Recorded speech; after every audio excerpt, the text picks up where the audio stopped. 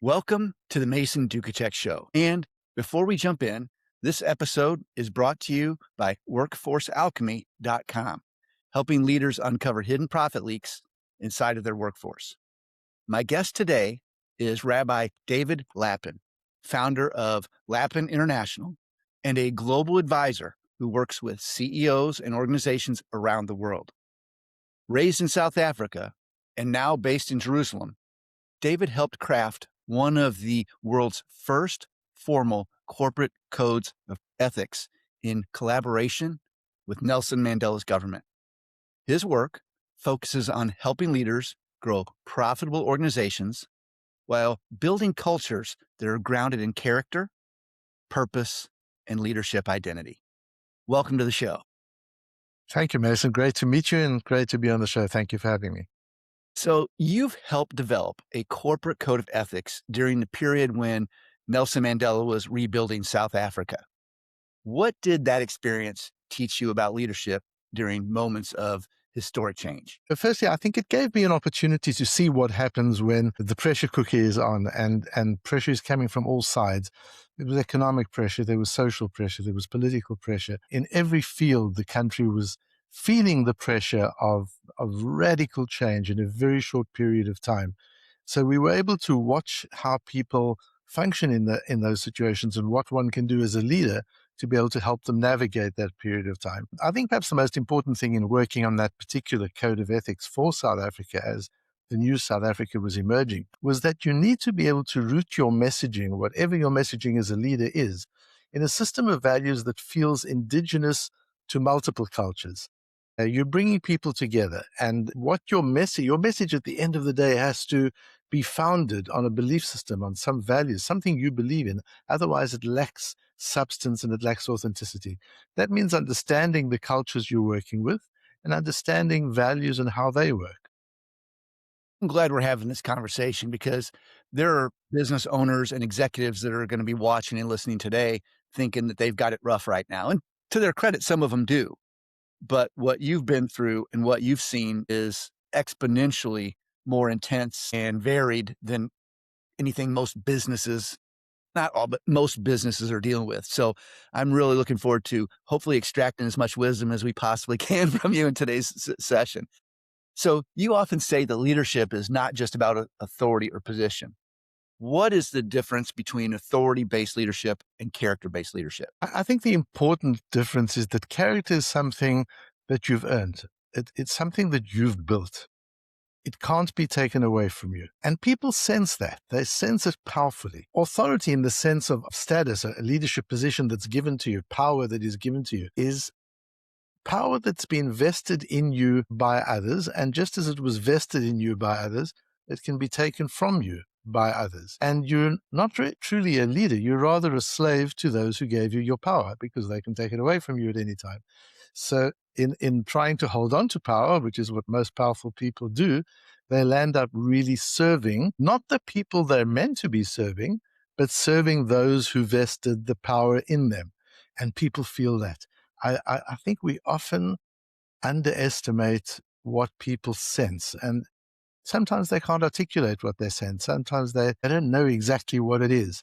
But if you have a conversation with them, you realize you can't fool people. You can fool people with what you say, but you can't fool people with the inner energy that you're projecting. That's something they feel in their souls. It's a soul-to-soul thing, human energy. And it doesn't lie and it can't be faked. And it's if we really knew how much the people around us see into us, I think at times we would be a little embarrassed and humbled. That is, people see very quickly, are you somebody who is serving those who vested power in you? Or are you somebody who has an inner drive of what's right? And you're making decisions based on your character, irrespective of the impact on the people who put you in the position you're in. So I can imagine that you have dealt with many people at that fork in the road where they feel pressure to comply with what they feel are authority-based leadership expectations, yet they have their own character-based leadership expectations. What advice or guidance do you have for people that find themselves at that crossroads? So I said, in my experience, I'm sure you've seen the same, is we never, ever regret the decisions we made based on values. That doesn't mean they always work out well. I might make a values-based decision that lands up in my getting fired. I might make a values-based decision that causes me some other discomfort, but I never regret it. Whereas the decisions we make in order to satisfy people, our various different stakeholders in life, even when they compromise who we are at our core, those are the things that we regret. I was just speaking just yesterday, in fact, to a remarkable business leader. He's based in the United States, but he's built a global business. And his background was, in fact, in the Israeli Navy, long before the challenges that the region is going through at the moment. And he got to a point where he completely disagreed with the ethic and strategy that the Navy was employing. And he said to them, I'm not doing this. I'm just not executing on these orders. You can put me in jail. You can do what you want. I'm not doing it. The result of that decision was that as a very new and shiny and wonderful Navy vessel was just being commissioned, the commander of that vessel said, this is the person I want as my number two. The person who could stand up. And there's so many stories like that. It's very seldom that when we make a principled decision in the long term, it doesn't serve us. But in that fork in the road, as you call it, it's incredibly difficult because all the short-term benefits are shouting at us. There's an enormous amount of noise. The cost of making a values-based decision is shouting at us. And to be able to do that is hard. You remember or aware of that famous Johnson & Johnson Tylenol case study where people were dying. Somebody had poisoned these Tylenol capsules and nobody knew why. Nobody knew why people were dying. They just knew that people were dying. And that decision that Johnson & Johnson, that their executive team made on that day to take Tylenol off the shelves internationally, they believed was going to sink Johnson & Johnson. They believed this was not in the interests of shareholders. They believed this was not in the interests of profit. And the minutes of the meeting show very clearly that they understood that this decision would be the end of a very great company. They took the decision nevertheless because their purpose was to save lives and improve lives. It wasn't to cause death. And that was a hard decision. There again, it became one of those famous business school case studies. I remember that. That was a long time ago, but I remember it. it. Was a long time ago. It's still studied today. Of course, Johnson & Johnson has morphed into a different kind of a business today, but it doesn't matter. The human reality of those moments, which are studied in business schools until today, are really an example of some of those difficulties. Another one was South Africa itself, where F.W. de Klerk, who was the president of South Africa just before Nelson Mandela, negotiated himself and his party out of power in order to hand over to the ANC and to Mandela. I don't know if that's happened in history before, that a leader who has power actually sits down and negotiates himself out of power because that's the right thing to do. And I had conversations with F.W. de Klerk about that decision-making process and how hard it was and how much pressure he came under from his own people not to do it. You talk about something called the leadership fingerprint. What does that mean, and why is it so important for leaders to understand their own? Because what specifically differentiates one individual from another, Mason, is not from a values perspective, is not so much our values. I did some really interesting research when I was writing Lead by Greatness and discovered that the Pope and criminals in prison have the same values. That's not what differentiates us. We all Can you expand on believe. that? Run that by me again. If you ask these prisoners, I'm not talking about a certain type of prisoner, kind of a gang member. I mean, there are certain people whose values are all messed up. But most of them, the way I test values is not what do you believe is good or right and wrong. How would you want your children to grow up? Would you want them to grow up like you or different from you? Would you like them to grow up honest or cheating and lying and stealing? They all want their children to grow up as upright people. And when you analyze what values it is that they would want to teach their children, they're not so different from a great person or a person of faith or whatever. That's not where we differ from one another. And different cultures. We've worked with tens of cultures around the world. There's no difference in the values. The difference is in what I call value drivers, the values for which you're willing to pay an uncomfortable price in order to uphold. So you and I might both say we believe in honesty. We would like our children to be honest. We aspire to honesty. It's important to us. But when it comes to filling out a tax form, you and I might have different standards of what we consider we're willing to reveal, what we're not willing to reveal, and it's not necessarily based on honesty. So the price we're willing to pay in order to uphold our value of honesty, that's where you and I might differ. So in understanding the fingerprint, the first thing we look at is not what are your values, but what are the values you've actually made a sacrifice for? What are the values you've actually made a tough decision for and lost something just because it's the right thing to do?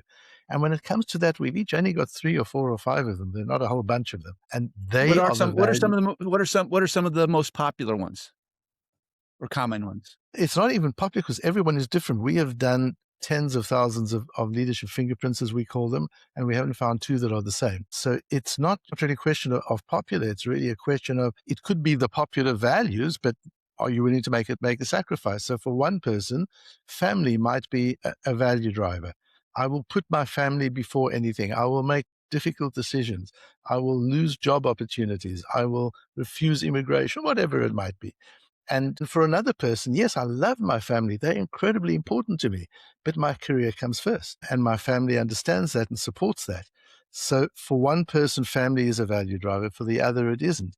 And you'll get things like fairness and integrity and kindness and honesty, all the regular value drivers. But actually, what lands up being in that short list of value drivers is quite specific to the individual. And we ask you, when we do this work, is to go really deep in defining it, not just fairness, but what does fairness look like for you? What does unfairness look like for you? What does kindness look like for you? What is unkindness? Respect. We find many people have got respect as a value driver, but if I ask them, what makes you feel disrespected?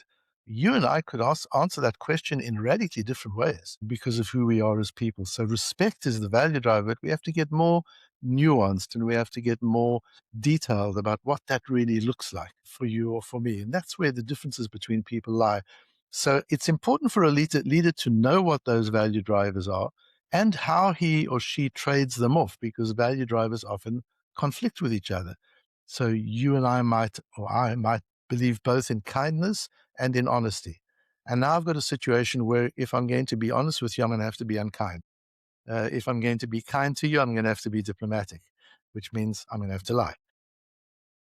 And how we trade these off, is honesty more important to me, or is kindness more important to me? That's where we differ.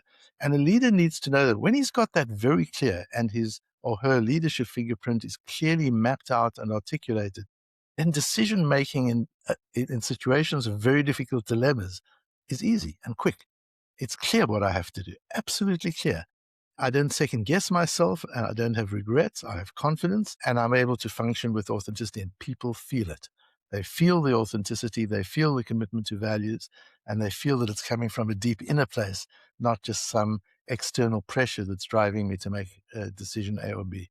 I think you're hitting on something that's very important, because once you understand what your values are and what has guided your decisions in the past, you can take a look at what outcomes that's delivered and where you are and say, okay, I am where I am because of the choices I've made using the value filters that I have created.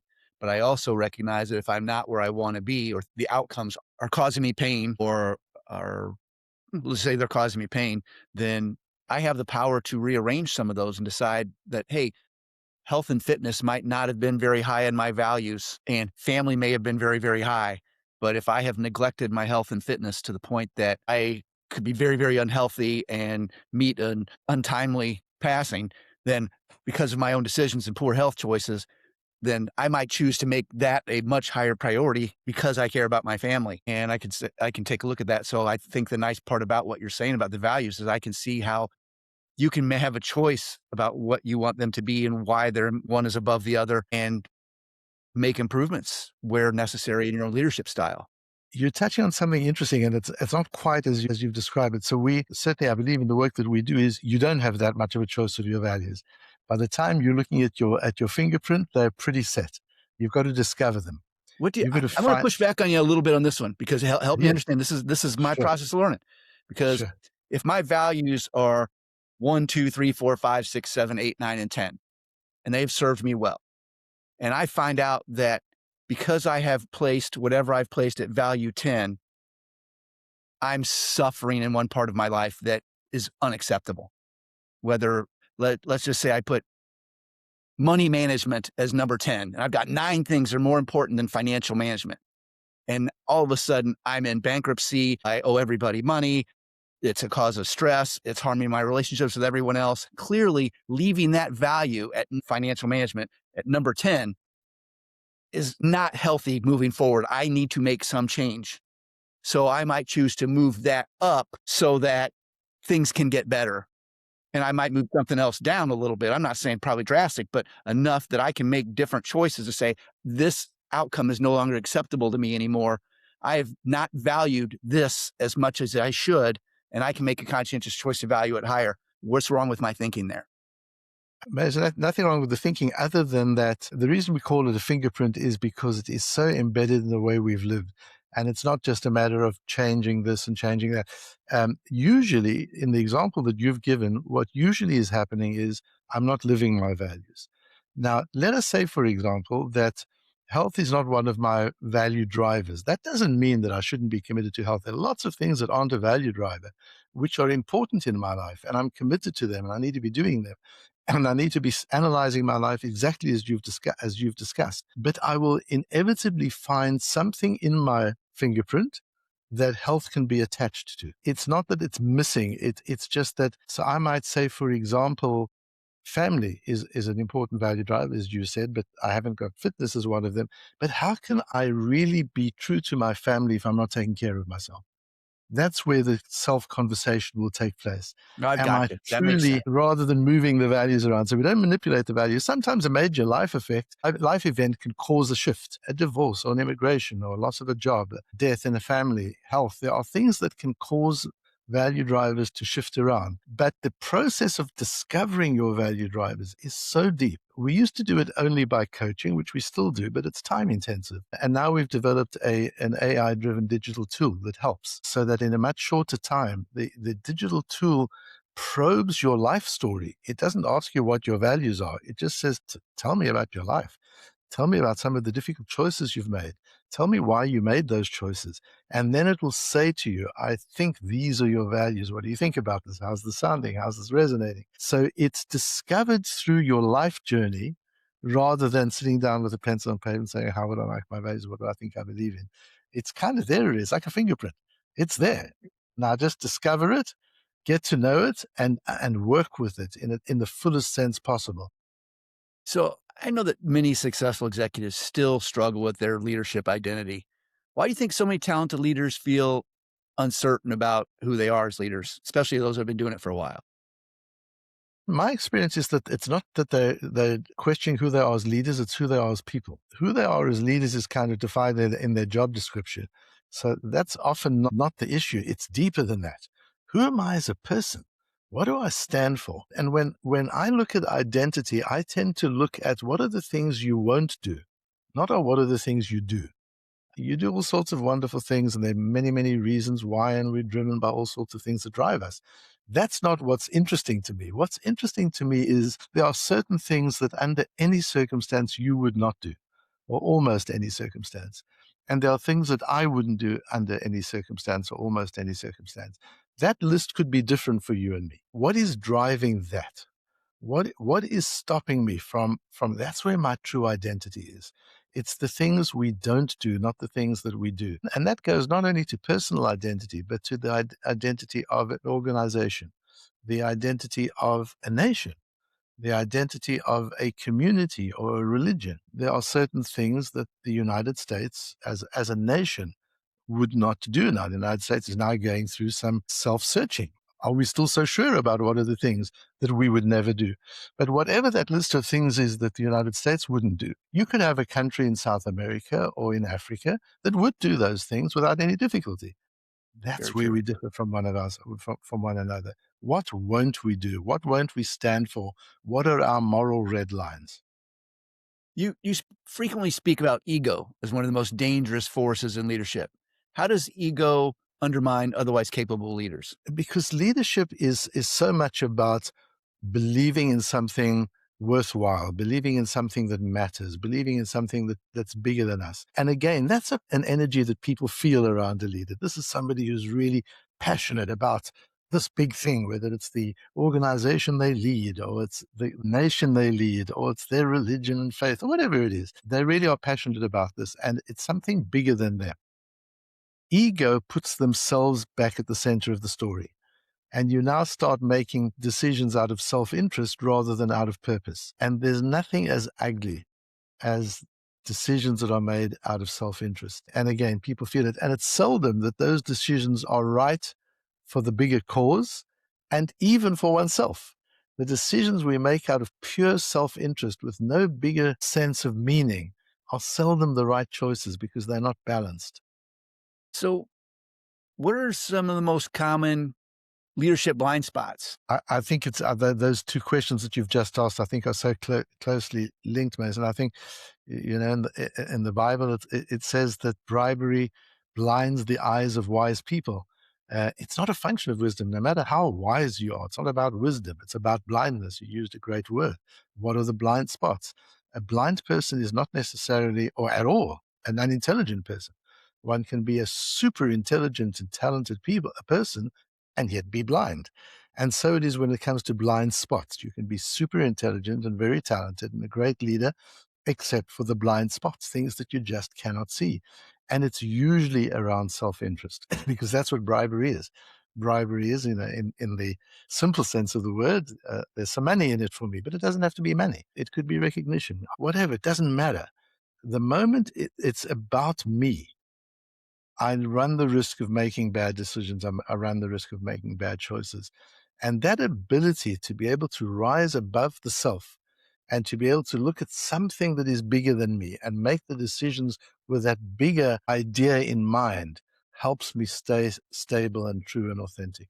I think that is, I'm just going to be real and say this, but I think that is a struggle for a lot of managers and executives in businesses all across the world right now, because there may be something that the business needs that's really good for the business, but it might not be good news for them. It could be a threat to their job security. It could be a threat to their promotions. It could be a threat to their raises. It could be a threat to their reputation, whatever it is. And you understand why. I mean, someone in a job could sit there and say, a salesperson calls on them, and clearly it would be a huge benefit to the company or to the owner of the business, but it might have a negative impact or cause uncertainty or fear or loss for that particular manager. You understand why, but a lot of those folks will never let that message see the light of day. They'll do everything they can to keep it down. And if you have one person who does that, that's one thing. You got a whole bunch of people doing that, then by default, the business is a shell of what it could be. Totally, Mason. And that's why in our whole philosophy and in our consulting practice, personal development, leadership development, and business strategy are all taught as one concept. Because once you start pulling that apart, you start hitting exactly what you describe. We're talking about individual greatness. I need to be a great human being. This struggle of not being blind to self-interest and being able to rise above it is the struggle every human being has. It's not even leadership. It's just the struggle every human being has every single day of their lives. Am I coming from a place of fear or from a place of what I call heroic decision making, doing something for a bigger good? And our natural instinct is fear driven. Our evolutionary development is all protecting ourselves from the things we fear. So to be able to overcome fear, and that doesn't mean we don't feel afraid of losing a job, afraid of rejection, afraid of all sorts of forms of loss. Of course, we feel those fears, but to be able to put that aside and say, yes, I feel afraid and tough. There's still the right thing to do.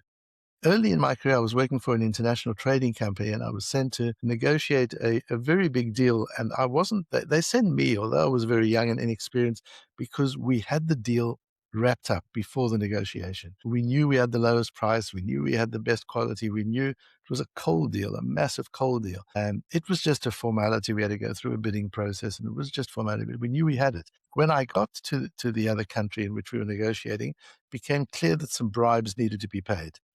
And I knew I didn't have to pay the bribes, firstly, because I and my company didn't do that. And secondly, because we didn't need to, we had the best product and we lost the business. And it was a serious loss for my company and for the country, in fact. It was a major exporting item. And when I got back to the office, I was afraid. I was afraid of the conversation I was going to have with my CEO. And he came into my office before I had a chance to even go to him with his hand stretched out and just said, I want to thank you for what you did. You saved the reputation of our company, and I don't care what it costs. To me, that's much more important. And that was a very early lesson in the challenge of I thought I was going to lose a job. I thought I'd lost a lot of money for the company, which I had. I thought I'd lost an opportunity for South Africa, which I had. It all worked out fine in the end. In the end, everything was great. Everything was fine. But in the moment, it's terrifying. And that ability to look at oneself in the mirror and say, this is my fingerprint. This is a person of this fingerprint, a person of these values doesn't do X.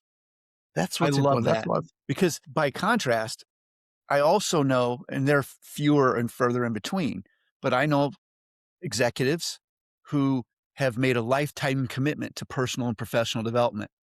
And they know their value and that they have skill set. And if they're in an environment that doesn't value their values, then they're okay. Like if having to do that is a threat to my job, then I don't want this job. I can land anywhere and do anything with anybody. It doesn't have to be here. I'm going to do what's best for the company and what's in alignment with my values. And if there's a conflict there, then I'm out of here. And they don't miss a beat because they know their worth, they know their value, and they know their values. But those are people who have really focused on personal and professional development their whole career and have developed unique skill sets and developed amazing networks to the point that if they became available, people would snag them up for the exact reasons I've just described, because they are rare, unfortunately. Exactly. Mason, when those people walk into a room, you feel their presence. You There's do. an energy, a person, a confidence, a moral straightness. You feel that person. That's that inner energy that I'm talking about.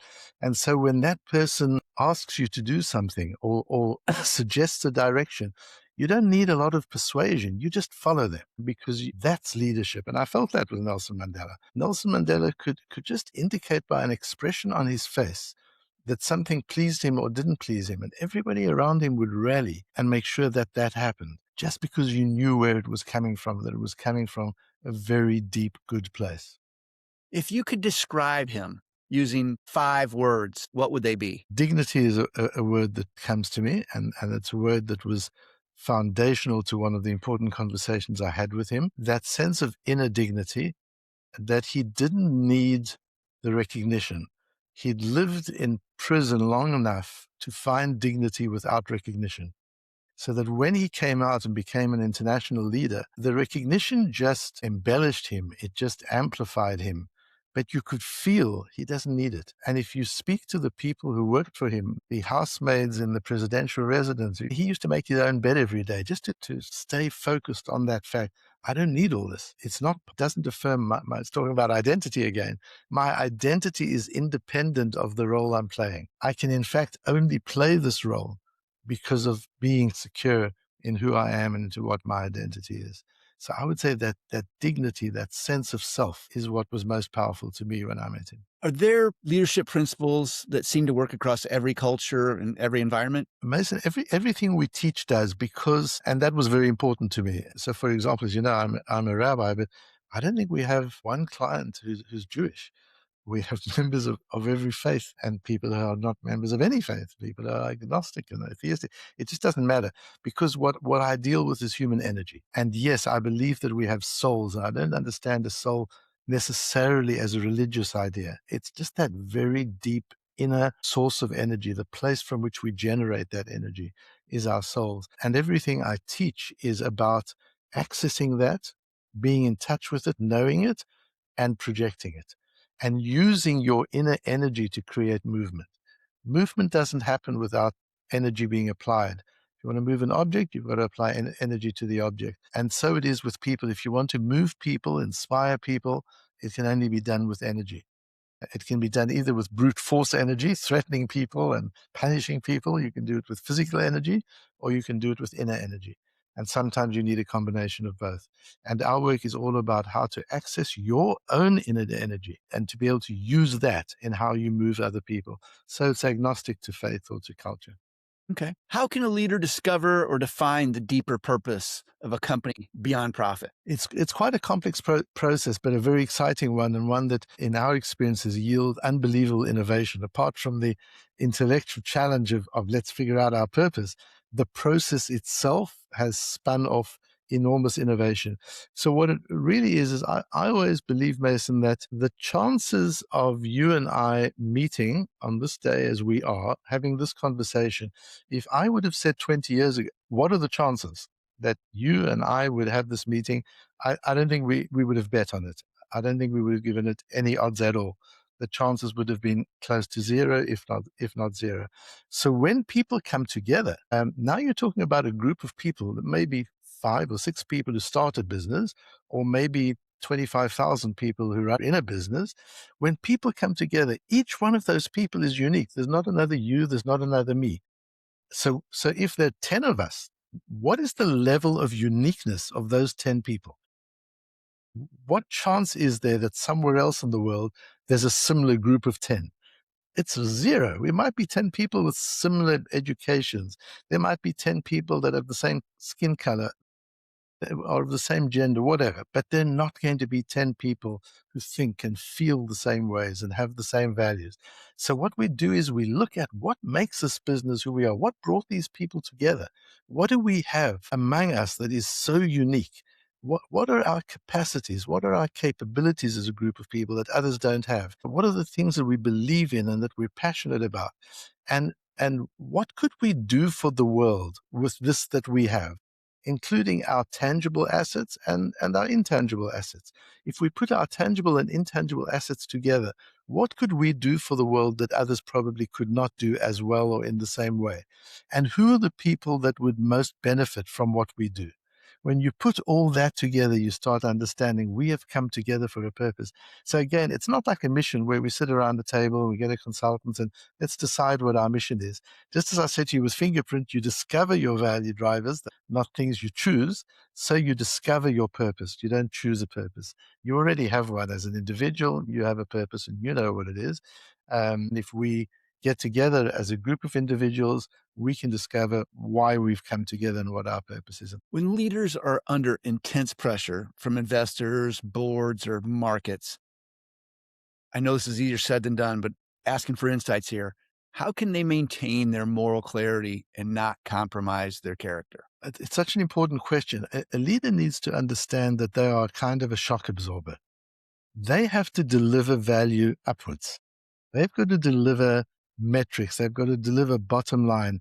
They can't go to their shareholders and say, hey, we're busy with this purpose and value stuff. Don't worry about the money. It's going to come one day. They've got to deliver returns. These people have taken risk. They've put money into the organization. And as a leader, if I'm the CEO of a company, my job is twofold. Number one, to deliver returns to the people who've taken risk. Number two, to make decisions in the business that are not driven by those returns, but are driven by the levers I believe will deliver the returns. That becomes what's important.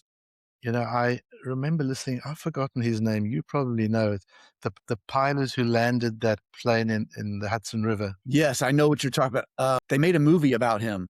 Yes. And I heard him speaking. I had a conversation with him. And one of the most important things, and a lot of the difficulty he had later on with his company, with the lawyers, was I had to make a decision not in terms of what's good for the company in terms of saving the aircraft. I had only one thing in mind. And he said that I was taught by my parents, not even in my training: save lives, take care of the lives of people. It doesn't matter what it costs. It doesn't matter if the aircraft survives or doesn't. I've got to take care of the lives of people. Yes, a CEO needs to deliver value to the shareholders, but then he becomes the shock absorber. And as he pushes down into the organization, it's about doing that which is strategically and ethically the right thing to do. Now, if I've made a mistake as a CEO and I believe A, B, and C is going to deliver X, Y, and Z, And so I drive my company to do A, B, and C, and it doesn't deliver X, Y, and Z, then I failed as a CEO. I've made some wrong decisions. I'm fascinated to hear your answer to this question because you've had amazing life experience. You've interacted with amazing human beings. If there was only one piece of advice that you could give to anyone listening today, what would it be and why? Wow. I would think I would fall back on a comment in the Talmud, which is probably the source of most of what I know, and that's the accumulation of thousands of years of wisdom. A wise person is one who learns from every individual. And my advice would be become a student. Become a student of every person you meet and engage with them as student, not as boss, not as professor, not as expert. Engage with every person, whether it's the sweeper or it's a scientist or a PhD or a billionaire, it doesn't matter. Engage with them as a student. I can learn from you. I want to learn from you. I have the curiosity. I want to discover what it is, what secrets you hold that I don't know. And how do I unpack that? How do I elicit that from you? And to come with a sense of, I want to learn from you. I want to be your student. There's no more engaging way for two people to interact, because when somebody wants to learn from you, you open up. Everybody wants to teach. Everybody wants to share their expertise and their knowledge. It's the strangest thing. You would think we want to hold on to it. But people don't. People actually want to share their knowledge with people who are humble and truly curious. I don't want to share my knowledge with somebody who wants to steal it and take it away and do his own thing and take credit for it. That doesn't inspire me. I might share knowledge with that person. But when I feel this is really a person who wants to know what I know out of a desire to learn, out of a sense of humility and curiosity, all I want to do is teach. If Nelson Mandela, after experiencing what he experienced and learning what he learned, could go back in time and offer one piece of advice to the younger version of himself from the position of teacher who has traveled the path that he traveled, what advice do you think he might have given to his younger version of himself? It's so interesting, Mason, because I heard a young kid ask Nelson Mandela exactly that question. What advice would you now give to me? Kind of going back in your life. And his answer was, his actual answer, I mean, I can surmise what he might say, but what he actually said was, if I could become president of South Africa, there's nothing you cannot do. And just always remember that there is nothing you cannot do if you put your mind to it. So I know that's one of the things that he did say. Another thing which he said to me, not the same kind of question, but I know how important it was just understand nobody can take your dignity away from you. You can give your dignity if you choose to, and that's your problem, but nobody can take it. Dignity, they can disrespect you, they can offend you, but you can choose not to be offended. You can choose to hold on to your dignity. You own it, and you've created it and you've built it. It's yours. It can't be taken from you. And when you get to that point, I think there's such a sense of security that a lot of the fears we talked about earlier become less important and less threatening. If people want, first of all, thank you. Second of all, if people want to know more about you, the work you do, what are the best ways for them to engage with you and your company to learn more? Thanks for asking, Mason, and thanks for your questions. Your questions are great, and the conversation's been amazing. To engage with us, firstly, we have a website, www.lapininternational.com, Lapin International, one word, .com. I'm on LinkedIn, and Lapin International is on LinkedIn. So that's quite a good place for engagement. And anybody is very free to send an email address to me or just to the organization at info@lapininternational.com, and that email will be attended to very speedily. Thank you so much. It's been an absolute pleasure to have you, and I hope that everyone else watching and listening enjoyed it as much as I did. Thank you so much. Thank you, Mason.